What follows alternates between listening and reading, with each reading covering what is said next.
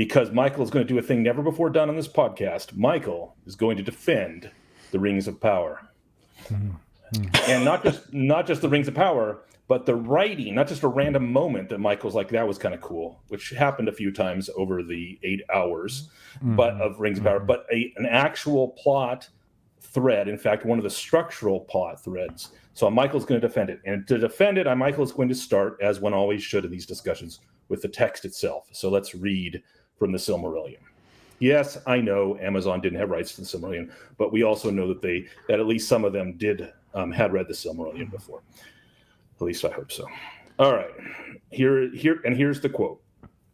And it's a bit long. It's a little bit of a paragraph, but we have to understand it. When Thangorodrim was broken and Morgoth overthrown, Sauron put on his fair hue again and did obeisance to Eonwe, the herald of Manwe, and abjured all his evil deeds. And some hold that this was not at first falsely done, but that Sauron in truth repented, if only out of fear, being dismayed by the fall of Morgoth and the great wrath of the lords of the West. But it was not within the power of Eonwe to pardon those of his own order. I'll stop there a second. His own order means the Maiar. So Eonwe is a Maiar, and so is Sauron. And he commanded Sauron to return to Aman and there receive the judgment of Manwe. Then Sauron was ashamed, and he was unwilling to return in humiliation and to receive from the Valar a sentence, it might be, of long servitude in proof of his good faith, for under Morgoth his power had been great. Therefore, when Eonwe departed, he hid himself in Middle-earth, and he fell back into evil, for the bonds that Morgoth had laid upon him were very strong. All right, so here's my defense. If I was a writer, and I was to... we were deciding in a writer's room how to portray Sauron at first in the Rings of Power. I'm looking at this sentence. Sauron put on his fair hue again and did obeisance to Eonwe. So the idea that Sauron would not look like a towering evil but look fair is believable. Then furthermore, that he actually repented and that he was told to appear before the Valar to receive the judgment. Now we know as well from the book, not just from Rings of Power, that the way to Aman, to the Valar, to back to Aman, is on a ship traveling to the west. So he would have had to do that in order to gain repentance. So one way to take this and spin it, you could have a fair-looking Sauron, and he could be on a ship on his way to the west, looking, and then decide at the last moment or somewhere along the way that it wasn't in him, and he could not, in his shame, he could not submit himself in the humiliation, and therefore decide to return to Middle-earth. And so you could see, and now under this reading, he would be probably part of the cause of the destruction of his ship, or he would try to flee on a boat or something like that. But it is actually believable that a fair-looking Sauron could be heading on a boat into the west, following the end of the First Age. Now, this is not defensible according to the Sauron with the works found in the north, but you could say that happened during the First Age, and I'm talking about the ice castle and the troll and all the altar they found and all that stuff that they made up.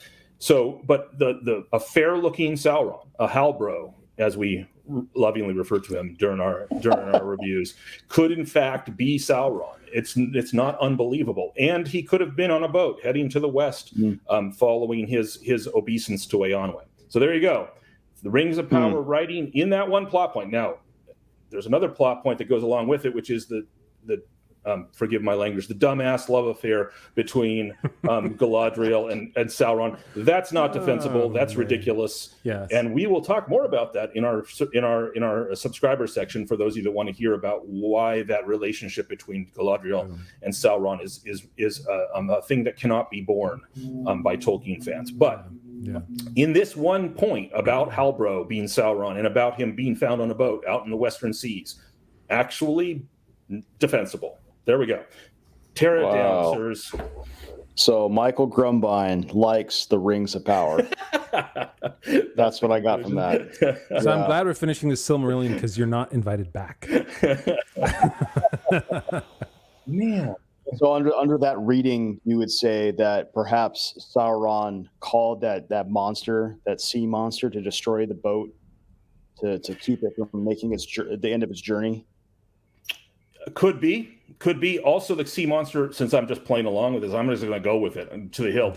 The sea monster could have been actually Ase or Olmo, after he decides against repentance and he tries to flee back, coming to send a monster of the deep to destroy the boat as part of a kind of final move in the battle, that just, in other words, to complete the punishment due to all the servants of Morgoth. So could be that, or it could be a rando, as we former Dungeons and Dragons players might say, a random encounter.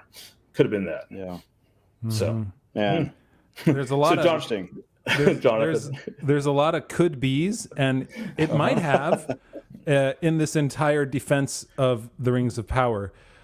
I mean, sure, it could be, but also the timeline, if we held to the timeline is way off, because at this point, it's somewhere in the middle of the Second Age, right? Numenor is well established. There's no chance that at this point in Tolkien's timeline that Sauron was still a good guy this late in the Second Age. And chronology, somology. Sauron would know that he can't take just any boat into to take the straight path to Valinor. It's not possible, right? And plus, he's a Maiar. If he really truly repented, he would be able to contact who he needed to contact in order to get to Valinor in whatever way is possible, whether it's Gil-galad, whether it's Círdan, right? Whether it's Eonwë again.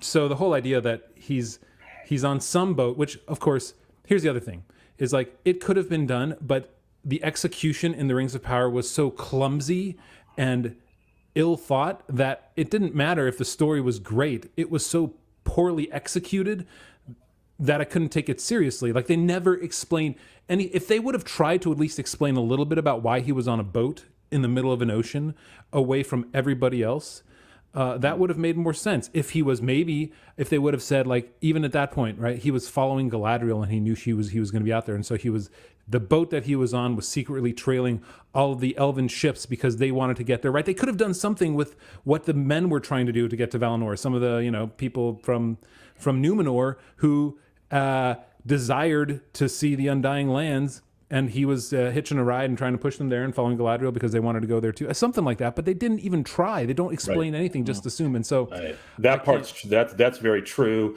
and I can't defend anything past that. My tolerance for defense of Rings of Power has ended 5 minutes ago, so I'm not going to. I won't continue. But I do think it is interesting that there's this fair. I had forgotten about that there was a period of time when Sauron appeared fair again, and probably repented, at least out of fear, as it says, and was given the opportunity to return to Valinor.